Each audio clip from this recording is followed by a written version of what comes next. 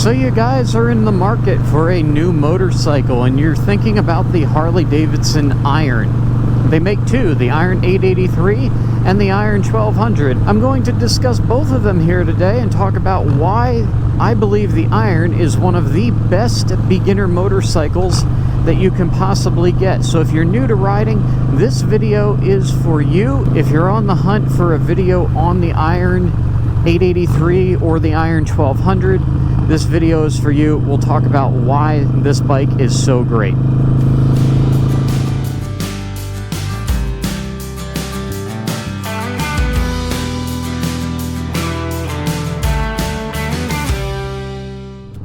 Alright, first up, reason number one why this bike is so great.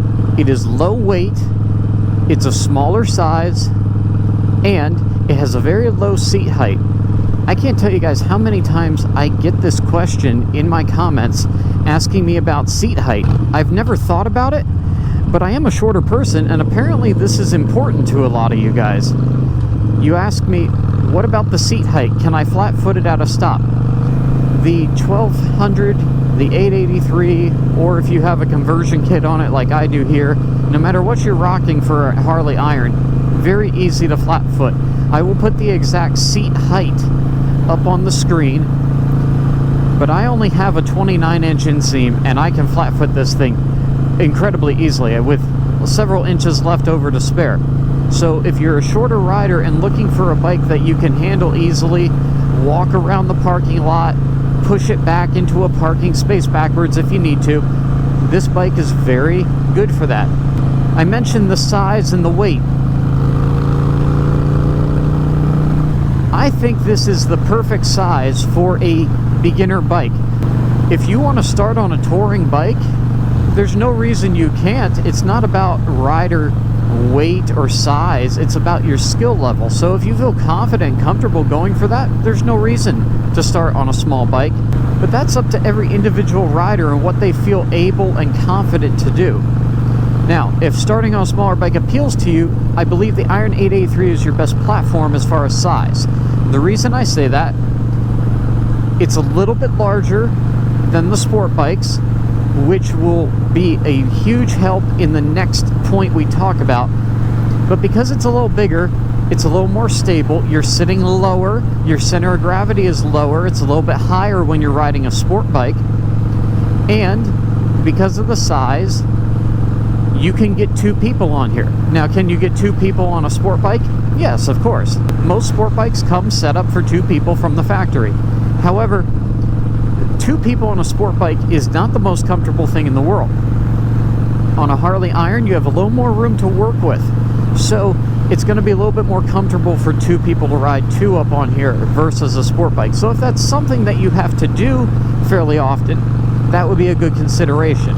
The weight of this bike is very low. I will put the exact weight on the screen for the stock bikes from the factory. Mine has obviously been modified. I've customized it, so that changes things a bit.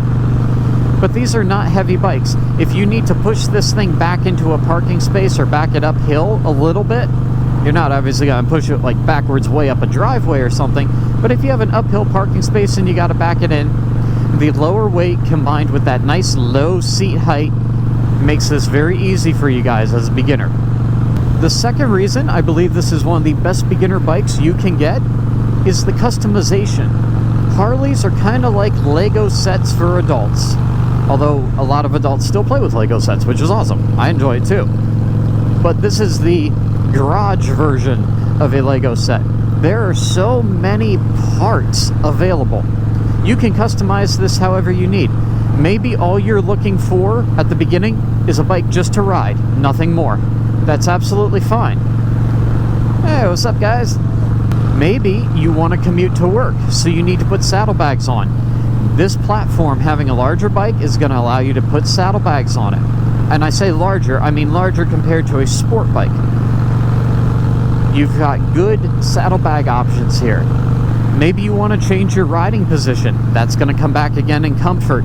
But I've changed completely the riding position of this bike from when I got it. When I got it, it had mid-pegs, forward, like low drag bars. I was hunched forward, and I didn't like that. But I knew that there were so many options available. I could customize this. I did the handlebars with the internal wiring myself. I put the 4 controls on myself. I did a custom air intake myself. I did so much stuff to this bike by myself. And then my dad helped me with the saddlebags and stuff, getting those on, because that required almost 4 hands. But the point is, there's so many options. The customization of this bike, the possibilities are endless. So you can customize it to fit your mission. If you need to haul stuff, or if you need to haul 2 people, 1 person, if you want to make it a cafe racer and really sporty, or if you want to make it more of a relaxed mini touring cruiser like I have. If you want to tinker on this bike to your heart's content, there's so much crap out there for the Iron series. You can just go nuts and make it the way you want it. Now let's get into comfort. I hinted at that a little bit already, but that comes with customization. On a sport bike, you get 1 position. Okay, your back's going to hurt and your wrists are going to hurt. They're not made for long haul touring. Could you do it? Sure. I hope you got some ibuprofen packed. If you want to ride for long days and travel and tour and have fun on a motorcycle, it is key to get yourself upright. The way I did that was with the tall bars, the 4 controls, and a very nice, comfortable saddleman seat. But maybe that's not what you're looking for. So you can customize the seat. There are so many different seat options out there. For sport bikes, usually you have a couple of options from the factory, just as far as how thick you want the padding. And then for aftermarket seats, it's pretty much Corbin or nothing. You don't have many options when it comes to sport bikes. But on the Iron platform, on the sporty Iron platform, you have got tons of seating options. So you can make this as comfortable as you want to fit you. You can, again, customize the bars, make it comfortable for you. I know a lot of you guys do not like my decision I made to go with the forward controls. You say the mid pegs are more comfortable for you. I can't stand them. I don't like my knees being at a perfect 90. I like them being outstretched. So you can customize it for you and make it more comfortable. So maybe you go and you test ride it and it feels better to you than a sport bike, but it's not quite right. Don't worry, you can change that. When it comes to riding 2-up, it's more comfortable for your passenger as well. On a sport bike, you're not going to have a sissy bar, so if your passenger is a little worried and they want to feel more secure, you can put a sissy bar on the back of this. And because you have so many seat options with all the different thicknesses and types available, you can go gel, foam, all kinds of different types of seating. It will be way more comfortable for your... Ugh, wow, those roads are crappy. It will be way more comfortable for your passenger as well when it comes to the seat.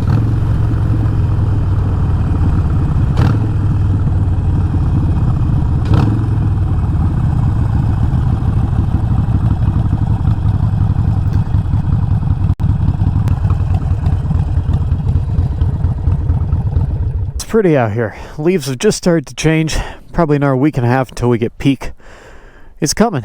Fall's coming.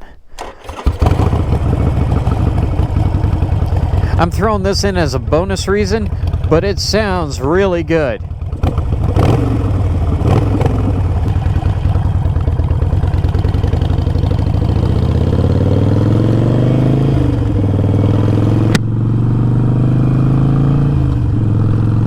Now, let's talk about the power. For a beginner, some people are worried about a bike being too powerful. They wonder, should I start on a 300, a 650? You know, Kawasaki's now got a 500 Ninja. So, lots of different power options out there for different people.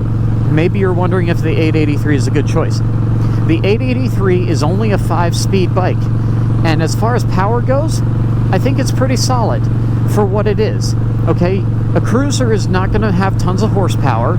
You're more focused on torque, and the torque from factory is nothing huge. It's nothing to write home about, but it's a comfortable platform. So if your goal is not speed, it's just simply to ride and enjoy the ride and have fun, the 883 is a great choice.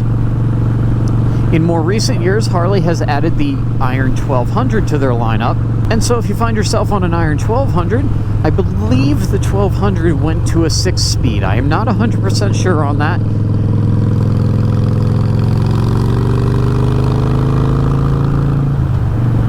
But the Iron 1200 would have a little more power.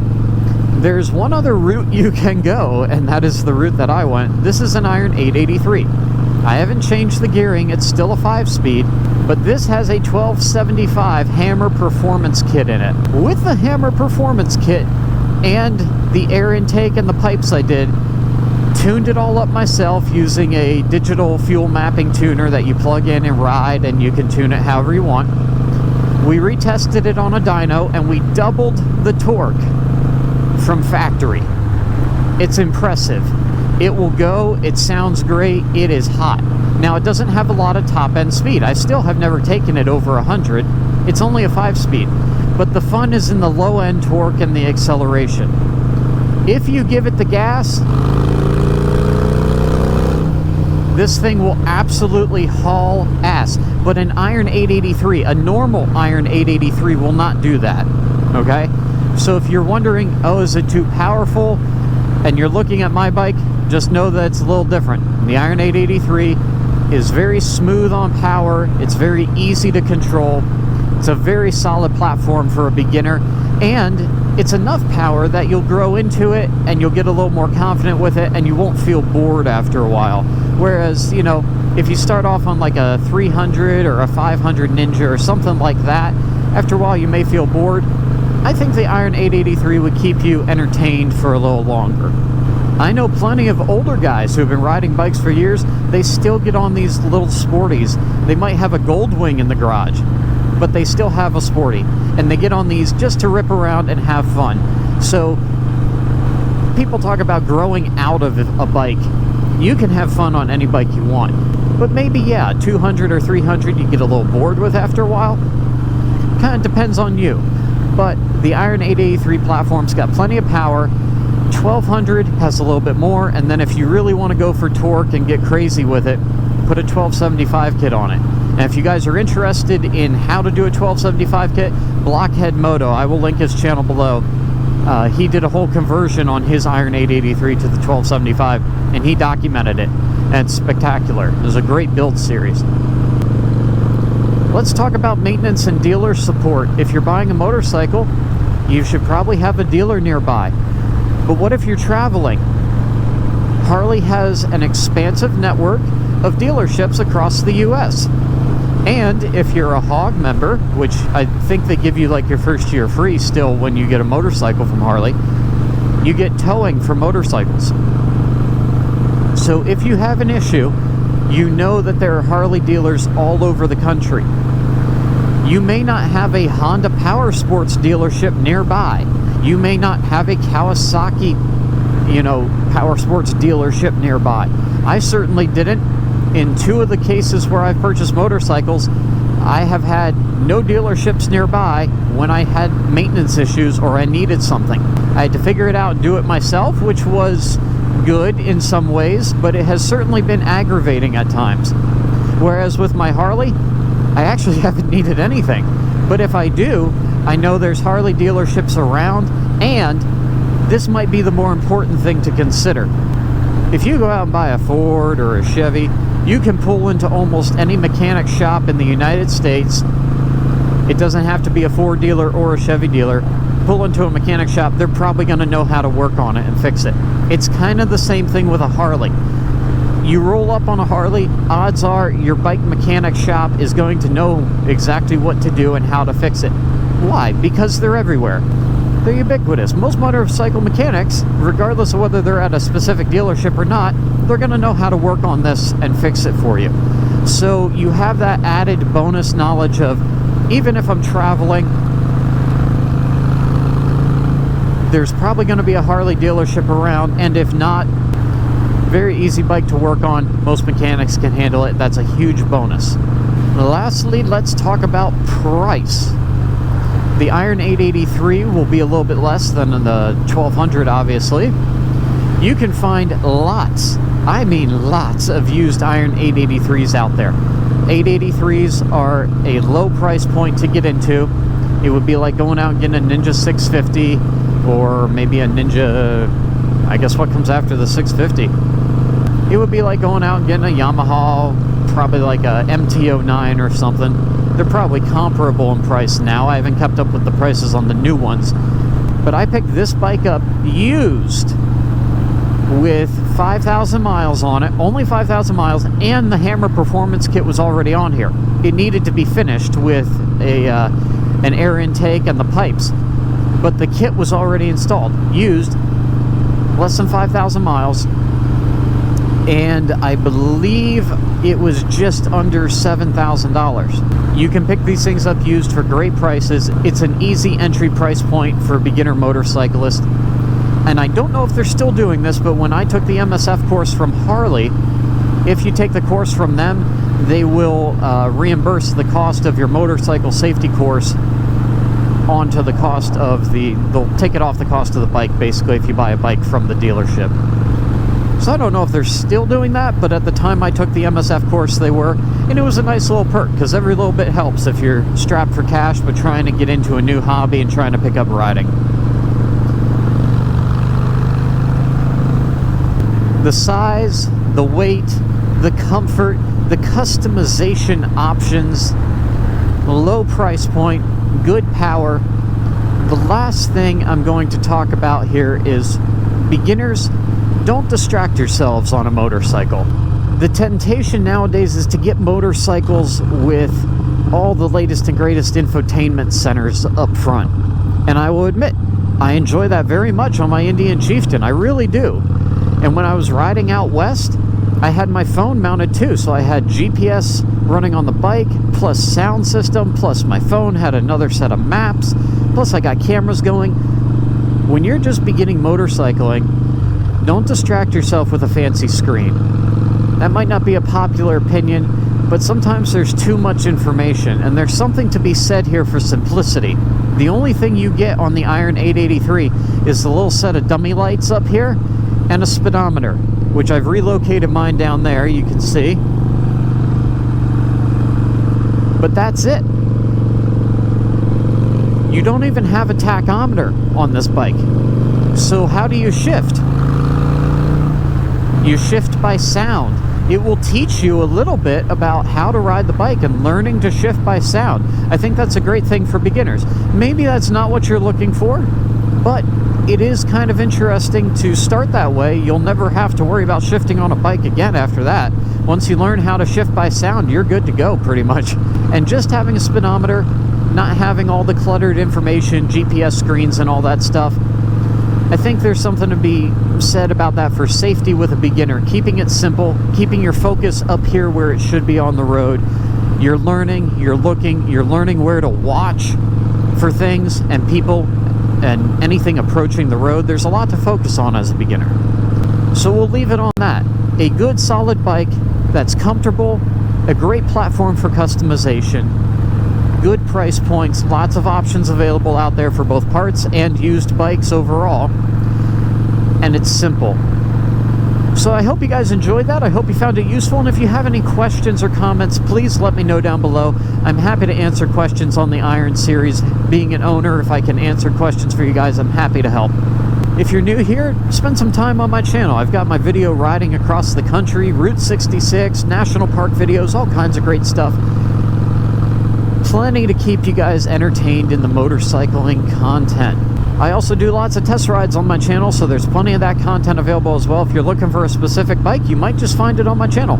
So if you guys enjoyed this video and feel I earned it, please subscribe. It's the big red button. Click the bell icon next to it and you'll get notifications when I post new videos. I try to post a new video every Sunday and sometimes even an extra Friday video.